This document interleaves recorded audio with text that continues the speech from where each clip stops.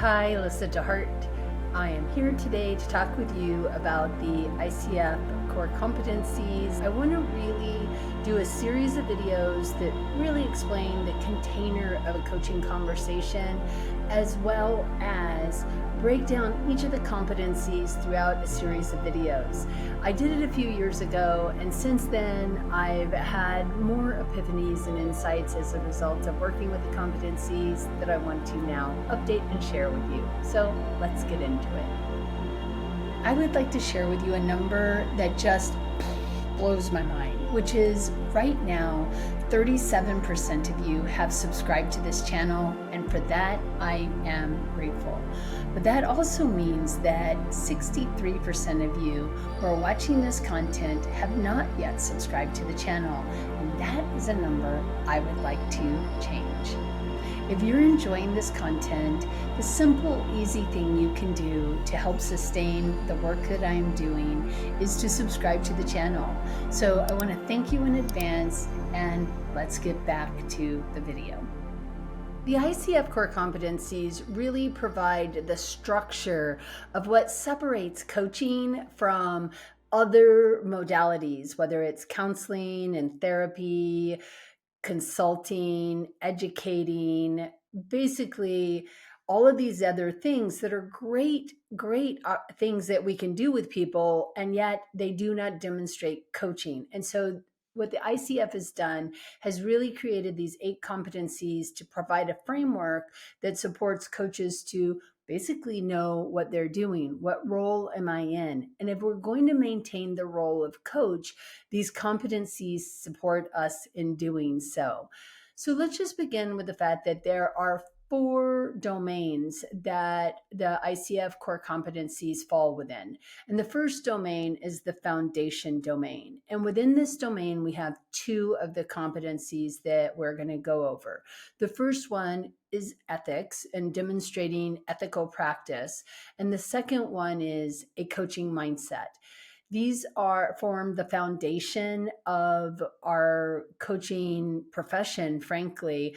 And I think what I think is important about ethics in general is, as a clinical social worker, also, most professions that work with human beings have ethical responsibilities to those human beings. So whether you're a therapist or a doctor, a nurse, if you're doing massage therapy, if you're working as a real estate agent, they're just a lawyer. I mean, we could go on and on here, but there are ethical requirements in order for us to be demonstrating that we aren't just taking advantage of people and kind of just pretending things that are not true. And so I think because of the fact that coaching is still an unregulated profession, the International Coaching Federation has tried to create a code of ethics that demonstrates that we are a professional body, and that even though I don't have a coaching license with my state, I still have a code of ethics under which I am responsible. And this is crucially important because even the person cutting your hair has a license to do so, unless it's a family member. Then whatever happens, happens. But if you go to a salon, the person cutting your hair has a license to cut your hair. They have to do CEUs. They have to do all sorts of different things in order to be able to maintain that license. And because coaching is unregulated, we really need adherence to a set of ethical practices that make us a safe place for people to do the work that people are often doing when they go into a coaching relationship. I also think that, and we will break down the code of ethics in another video, but I think it is really important to remember that, again, this is because we are an unregulated industry, and therefore ICF has provided the code of ethics. But if you were a doctor, the American Physicians Association would have created your code of ethics. Or as a social worker, the NASW has created a code of ethics for me as a social worker. So it is a normal practice for any professional organization to create a code of ethics for where and how their members interact. I think the second piece of ethics that is crucially important as well is that going through the ethics and really understanding the ethics themselves is just hugely beneficial to you as a practitioner, because there are so many things that you might not think of if you've been working with individuals or organizations and you start doing the opposite. So if you've been trained to work with individuals, there's also things you need to do ethically in order to have these conversations before a problem arises. So for instance, in your paperwork, do you have information on what happens when you miss a session? Do you have it? Can you just make it up at any time, or do you lose it? Like, these kinds of things can cause problems down the road. So they need to be spelled out really clearly in an agreement that you might make with a client that you are working with. Or what happens if somebody says they're going to harm themselves? How do we handle that? These things are handled through our ethical standards. They're discussed through our ethical standards. And so ethics is crucially, I keep saying crucially, but here I'll say it one more time, it's crucially important, and it's foundational to our profession. So we'll go through that individually in another video, but that is the first core competency of the 8 core competencies we're going to be going through today.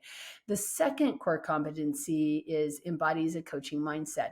And this is really so much more about how you are being as a coach, having this sense of an open mindset, that you are flexible, client-centered.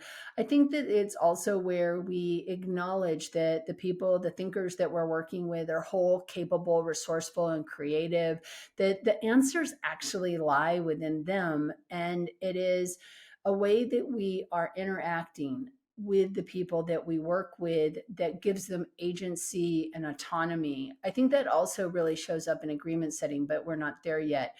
I think the other piece of this embodying a coaching mindset is that it is about how do we continue to have a growth mindset ourselves? How are we getting the support that we need in order to be able to show up fully and prepared for the people that we work with?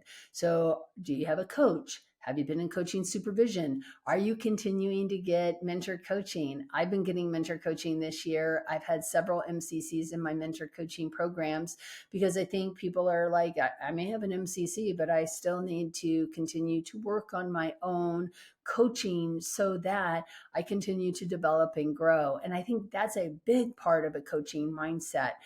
I think also the sense of being really open to how do we regulate ourselves? How are we taking care of ourselves so that we can show up again to be the best that we can be with the people we work with? Which brings us then to the next competency, but also the second arena of coaching, which is co-creating the relationship. And in co-creation of the relationship, what we're really looking at is this idea of establishing and maintaining agreements. For agreement setting, I think it is important to know that there's sort of 2 elements to agreement setting. The first element is probably in your agreement that somebody, if somebody decides to hire you as a coach, that you're going to send them paperwork. And in this paperwork, they're going to be putting their information, but you're also going to be talking about like how you handle things, like if they miss an appointment, or if it's like multiple appointments, how is that going to be handled? How much are they going to pay? How often are you going to meet?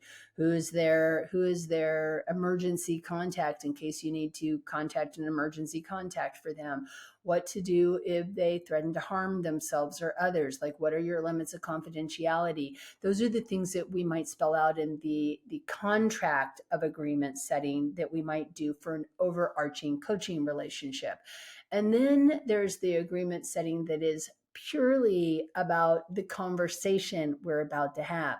So you've come into the session today. What is showing up? What is bubbling to the surface for our conversation today?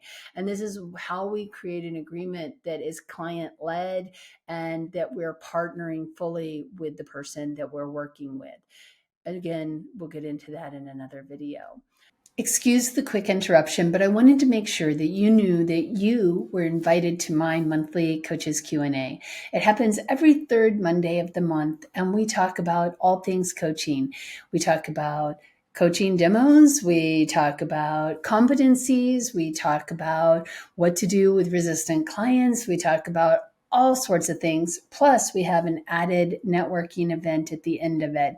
So you are invited to join this community. I would love to see you there. And on that note, let's get back to our regularly scheduled programming. The next competency, which is competency 4, is cultivates trust and safety. And this is how we're also being, but it is how we create a safe container of a conversation so that people are safe to explore the things that are emerging. If somebody is struggling with confidence, probably we're going to end up in a conversation at some point around the internal narrative, imposter syndrome, anxiety, old stories that are still rearing their ugly heads. And we're going to need to be able to have a lot of trust and safety so that what we do is we reduce the potentiality of shame and we keep the brain open, creative, and moving forward. If you're thinking about like somebody like Richard Boyatz's work and the idea of the positive emotional attractors versus the negative emotional attractors, agreement setting in many ways is exactly how we set up a container of a coaching conversation that is PEA, or positive emotional attractor centric, so that we are told by the thinker, this is what I want to work on today. This is why it's important to me. This is what would be different. This is how I'll know we made it there. And this is where I would like to begin that exploration. And so, in a nutshell, I think agreement setting is fundamental to even having a coaching conversation. I really struggle when I'm doing assessments when people don't have a full agreement, because how can you partner with somebody if you haven't really clarified and reconfirmed what's important to them and where they want to go and how they'll know they've gotten there and where they would like to start? If we don't do those things, what the coach ends up doing is a lot of extra work. And again, we'll talk about this later, but agreement setting is so, so important to the process of creating this container of a coaching conversation. And again, you can't have trust and safety without this strong agreement. So this ability to empathize with people, support them to be who they are, to share what they're going to share. And then this leads into competency 5, which is maintains presence. This is how we are remaining present with the person that we are working with. We've turned off our phones, we've turned off our notifications, we're not looking at our calendar and doing other things while we're having a conversation. We're just fully present with the person that we are working with. But it's also that we have a flexible, confident way of being with the thinker that we're working with. And so we'll go into, again, what the markers say demonstrates that in the later video, but that would be that next competency 5, which leads us to the third domain, which is communicates effectively. And under this, we have listens actively and evokes awareness. So when we're thinking of listens actively, this is really about how we are hearing not just what is said verbally, but what maybe has been not said, what has been communicated non-verbally. This is multiple different levels of listening. It is not just the words that the person have said, I have heard, and I have regurgitated them back to you. It is a way that we are working hard to listen, to understand, but also listen to be curious, noticing the things that we're hearing either shared or not shared or somatically demonstrated. I was just having a conversation with a mentor coaching client, and she said, you keep talking about if somebody's like, maybe ask them what's going on. Or if they have a big, heavy sigh going, what just happened there?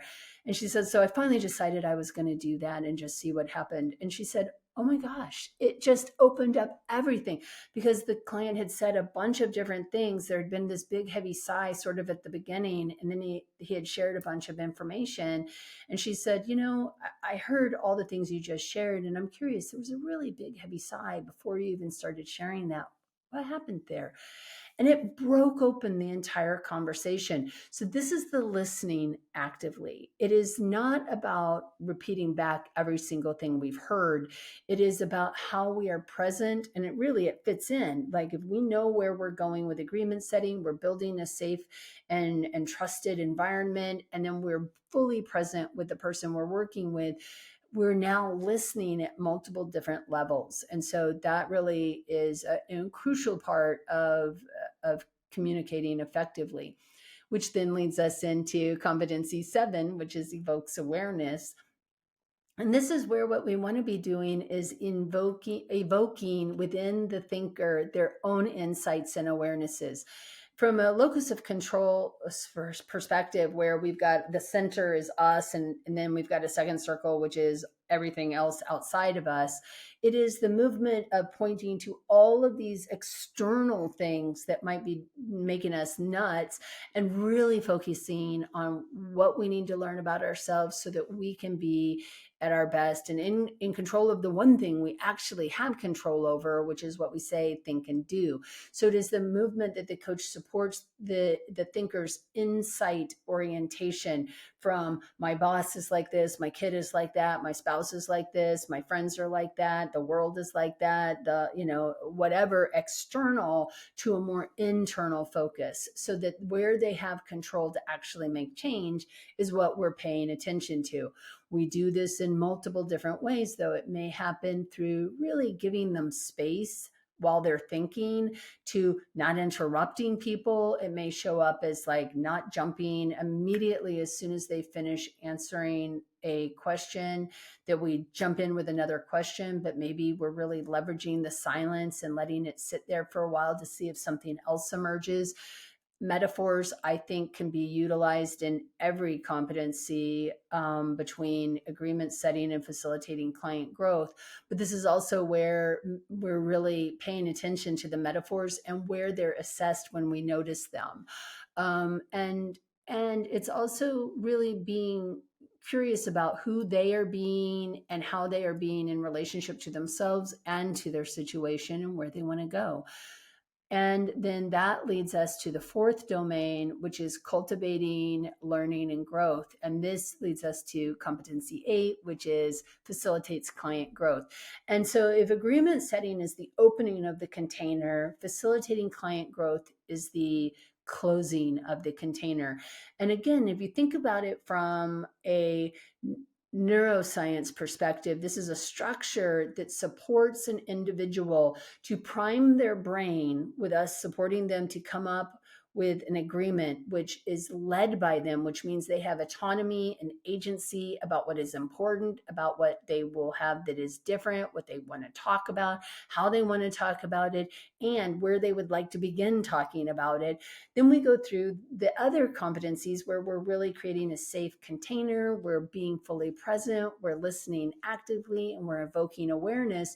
And then we're really closing the container with facilitates client growth, so that what we're doing is anchoring the learning. And that is the purpose, right? Is to take the learning and transform it into insight and actions. And sometimes it's just insights with very tiny actions. This doesn't mean that the person needs to have 12 things they're going to do between now and next session. This could be, I had a really huge insight and I need to sit with it. It doesn't have to be this huge, ginormous action list, but it is about them developing awareness about what they're looking or learning about themselves, not looking for, but learning about themselves.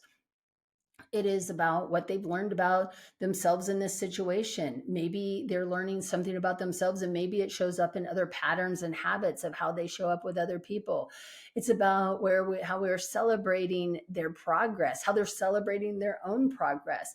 And when I say celebrate, and I'll talk about this more when I talk about facilitates client growth specifically, we're not talking about you being a cheerleader, like rah, rah, you got it, but rather how are we appreciating the work that they're doing in the process? How are we acknowledging it and supporting their own awareness and acknowledgement of their own progress?